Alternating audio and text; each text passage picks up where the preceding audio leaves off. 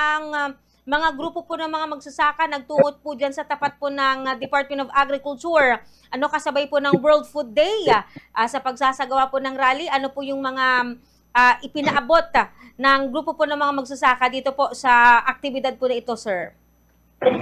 Yes, nagdaos tayo ng rally sa harap mismo ng Department of Agriculture kahapon ng umaga para sana hingin na itaas ang presyo ng palay, Mm. itaas ang taripa na ini-impose sa mga imported na bigas.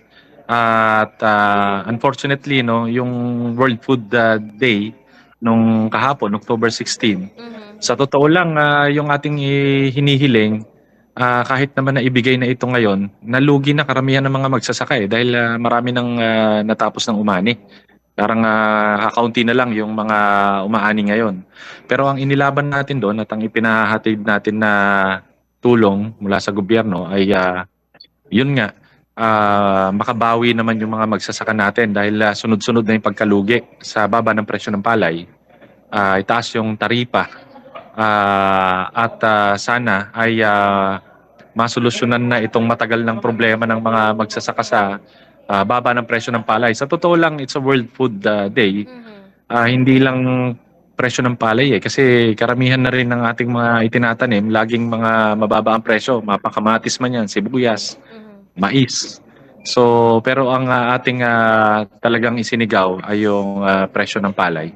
Mhm. World Food Day, Sir Argel, pero very ironic kasi sumisigaw ng tulong ng help ang ating mga magsasaka na sila pong nagpo-provide ng pagkain sa ating hapag. Yes. Yun nga parang dapat yata World Hunger Day yun kasi maraming mga nagugutom. Ang mga nagugutom pa, mga magsasaka. Mhm. Yung mga umattend din ng rally, napakakaunti.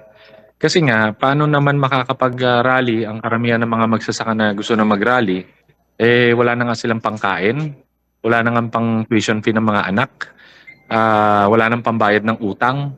So, paano nga naman makakapag-rally? Kaya yung nangyaring rally kahapon, kakaunti lang ang naka-attend. Ito ay senyales na marami talagang mga mahirap na magsasaka na hindi na makasama sa ganitong mga movement. Mhm.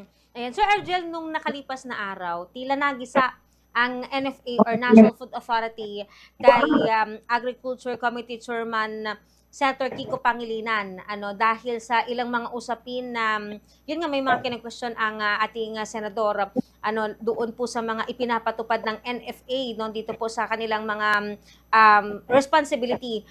Kayo po ano pong reaksyon niyo po dito bilang nasa sektor po ng pagsasaka, Sir Argel? Sa totoo lang, lagi nating itinutulak sana ma-amend na yung rice tarification law. Kasi kahit gustong mamili ng NFA ng palay, hindi yan makakapamili. Dahil punong-puno yung mga warehouse ng mga nabiling palay na ngayon ay bigas. So, meron sanang mapupuntahan yung mga magsasakang nalulugi, makapagbenta sa NFA. Kaya lang, puno yung warehouse. At bakit puno yung warehouse ng NFA? Kasi nga, hindi maibenta yung bigas kasi ayon sa batas na rice tarification law, maibebenta lang yan pagka may national emergency.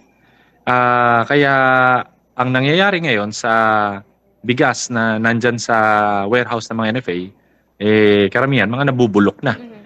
So kaya nga dapat madaliin natin yung pag-amend ng rice tarification law kasi walang matakbuhan ngayon yung mga magsasaka.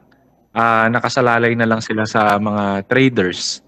Ang mga traders, hindi naman nila hahayaan na malugi sila. Mhm. Kaya dahil dito sa mga bumahang imported na bigas, iisa lang talaga nalulugi, puro mga magsasaka.